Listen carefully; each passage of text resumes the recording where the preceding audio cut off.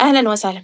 أي حاجة من الحاجات اللي أنا هاقولها دي لو كنت في علاقة ولقيت الحاجات دي، اعرف إن العلاقة اللي أنت فيها سامة وغير آمنة وغير مُشبعة عاطفيًا، وعلاقة تجيب القرف والتوتر والهَم والمرض لصاحبها. أول حاجة هي لعبة الإسقاط، إن طول الوقت الشخص اللي قدّامك بيتصف إن كل ما يغلط يجيب الغلط فيك، أصل أنت اللي خلّيتني أعمل كده، أصل أنت السبب في ده، وبنلاقيها كتير أوي بين الأزواج لمّا الراجل يخون مثلًا مراته وهي تبتدي إن هي تلومه، يقول لها أصل أنتِ السبب، أنتِ اللي قصّرتِ وأنتِ اللي عملتِ وأنتِ اللي سويتِ، لدرجة إن المجتمع كلّه بقى واصل له فكرة إن الست هي السبب في خيانة الرجل،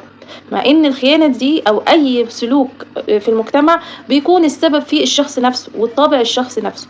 الشخص اللي بيسقط عليك العيوب بتاعته والأخطاء بتاعته اعرف إنه دي علاقة سامة، فهتعمل إيه؟ هتحط حد للموضوع ده وتكون واعي كويس أوي بإن الشخص اللي قدامك بيتلاعب بيه. الحاجة التانية اللي مشهورة أوي وهي لعبة المقارنات، إنه مثلًا شخص يقارن واحد بالتاني، يعني مثلًا واحد يقول للواحدة أنتِ شوفي فلانة، شوفي بنت خالتِك هي شغالة في شركة أهي وبسم الله ما شاء الله، ممكن تشتغلي زيها، ممكن تعملي زيها، بدل ما أنتِ عمّالة تجري ورا حاجات ما لهاش لازمة. هنا الشخص ده عايز يهز ثقتِك في نفسِك، عايز يقلل منِّك، عايز يحس بالانتصار ولذة النشوة لمّا يوقّع بينِك وبين مثلًا بنت خالتِك، ويحس بشعور السعادة كده لمّا يلاقيكِ غيرانة، ويحس بنار الغيرة جواكِ. هو ده اللي هو الشخص ده عايزه، لكن لو أنتِ فهمتِ اللعبة وقُلتِ له لا يا حبيبي العب بعيد، أنا معايا الremote control وأنا اللي هاعرف أتحكم، فساعتها لو كان ردِّك مثلًا ردِّك هي صحيح مبسوطة بشغلها وأنا مبسوطة بشغلي وكل واحد مبسوط بشغله، وقُمتِ قالبة الموضوع بقى طَب أنت يا فُلان بقى ما تيجوا بقى نشوف مثلًا هنعمل إيه دلوقتي في الخطة الجديدة بتاع السنة الجديدة، ساعتها هو هيحس بالحُرقة إن هو ضيّع المقارنات اللي كانت هتكون سبب في إن هو تحس باهتزاز من جواكِ. فالشخص هنا مهم أوي يبني نَفْسه نفسيًا من جوّاه ويخلّي في أساس متين ما حدّش يعرف يهزّه. الحاجة التالتة وهو لعبة النقد، تلاقي شخص كده عنده مشكلة وعنده ثقته بنفسه مهزوزة وإحساس النقص بقى، عشان ده يغطيه يعمل إيه؟ يقعد ينتقد في كل الناس اللي حواليه، ويبقى من طبعه الشخص ده معروف من طبعه إن هو ينتقد، وهو بيطلّع النقد دايمًا، خصوصًا لو كان شخصية نرجسية، يحب ينتقد في اللي قدامه علشان يعلّي عليه ويوصّل رسالة أنا الأفضل وأنا الأحسن وأنت بُص أنت قليل، بُص عيوبك، بُص أنت ما فيكش ولا ميزة إزاي، ويقعد يكسّر فيك طول الوقت، وأنت ساعتها بقى تقعد تقول هو أنا فيّا كل دوّة، هو أنا ليه كده، وتحس بإحباط وتتهز من جوّه، لكن لو أنت شخص واعي كويس أوي إن اللي بينتقد ده هو اللي عنده المشكلة مش هتتأثّر. اللعبة التالتة دي بقى لعبة خطيرة أوي، لعبة الرسايل المزدوجة، الناس اللي بتجنن، الناس اللي بتوصّل رسالتين عكس بعض، أقول لك واو التيشيرت ده جميل أوي، أوي، أوي، أوي، أوي، وشكله حلو ولونه جميل. بس أنا حاسة كده إنه مبيّن كرشك أوي، يعني فاهمين الرسالة وعكسها؟ أنت خدت شهادات كذا وكذا وكذا، وخدت بقى دكتوراه وخدت بقى ماجستير وخدت شهادة كذا وكذا، بس أنت شاطر على فكرة، بس في الآخر ما عملتش بيهم حاجة، يعني فاهمين الحاجة وعكسها؟ وخصوصًا بقى تلاقيها في الناس اللي تعبيرات وشّها يقولوا لك أنا باحبك أوي، وهُم من جواهم هيموتوا كره ليك، ويا حبيبي ويا قلبي وهُم من جوّه بيموتوا غِل عليك. فالرسالة وعكسها دي التلاعب خفي. اللعبة السادسة بقى الأشخاص اللي تلاقيهم بيدّوك حُب أوي، أوي، أوي وتقول الله يا سلام عليهم، ده بيحبوني كل الحُب ده، وفجأة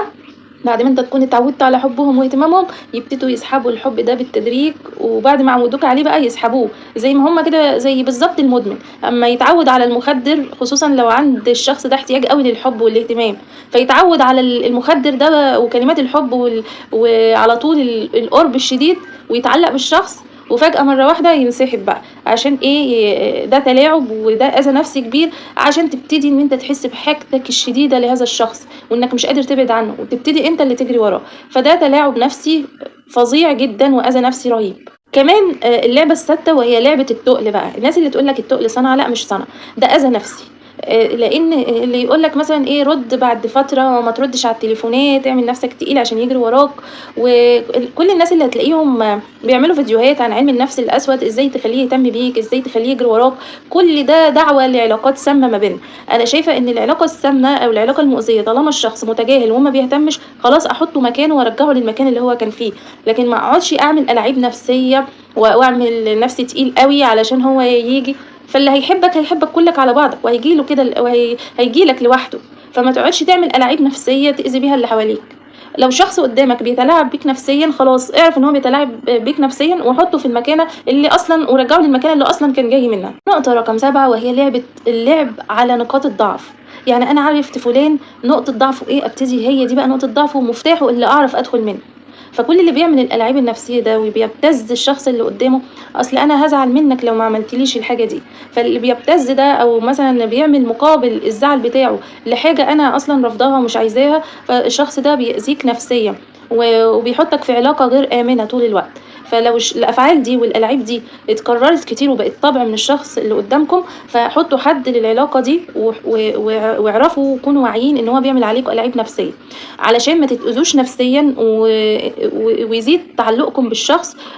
لازم تعرفوا إن الشخص ده بيعمل عليكم ألاعيب نفسية. كمان من ضمن الحِيَل وهو الgaslighting، يعني أنت شُفت وسمعت بودانك ومتأكد من الشخص واللي بيعمله، ويقول لك في الآخر لأ أنت ما شُفتش ولأ ما سمعتش ولأ ما حصلش. زي مثلًا واحدة سمعت جوزها بيكلم واحدة ومتأكدة إن هي سمعته، يقول لها لأ أنتِ موهومة، لأ أنتِ بتتخيلي، لأ ما حصلش. اللعبة السادسة وهو الselective listening، يعني مثلًا 2 بيتناقشوا مع بعض وحد يقول للتاني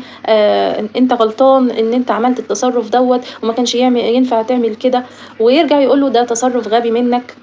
فالشخص التاني يرد عليه ويقول له ده تصرُّف غبي يعني أنا غبي؟ فيقلب الكلام ويخرج في موضوع تاني خالص غير الموضوع الأساسي. ومن ضمن الألاعيب النفسية وبنشوفها كتير وهو الابتزاز العاطفي، يعني مثلًا واحد يقول للواحدة لو ما اديتينيش وما عملتيش كذا أنا هامشي واسيبِك، أنا هابعد عنِك، أنا هاطلّقِك، لو خرجتِ من البيت أنتِ طالق، لو ما اتجوزتش البنت الفلانية قلبي وربي غضبان عليك. فالابتزاز العاطفي ده بنشوفه كتير أوي، أوي، وخصوصًا تعامل الأب والأم مع اللعبة الأخيرة وهي لعبة الصمت العقابي، إنه الشخص ما يقعد فترة ما يكلمش الشخص اللي قدامه عشان يعمل حاجة معينة ليه، علشان يحسسه بالذنب، علشان يحسسه بجلد الذات طول الوقت تجاهه، رغم إنه ممكن ما يكونش له أي سبب، بس هو فقط من أجل الإحساس إنه يحسسك بالذنب طول الوقت.